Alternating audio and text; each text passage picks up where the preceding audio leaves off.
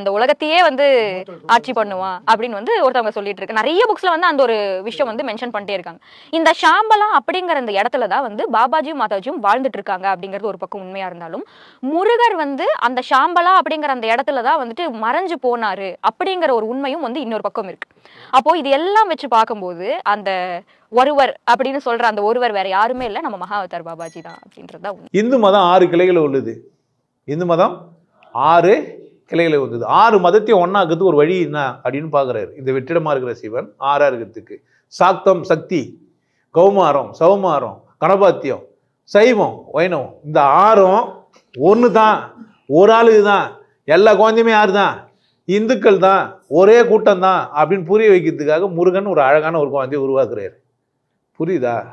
புரிஞ்சிச்சா? இப்போ யார் முருகன்? யார் முருகன்? யார் முருகன்? தாத்தாவா? முப்பாட்டனா? நீ யாரு?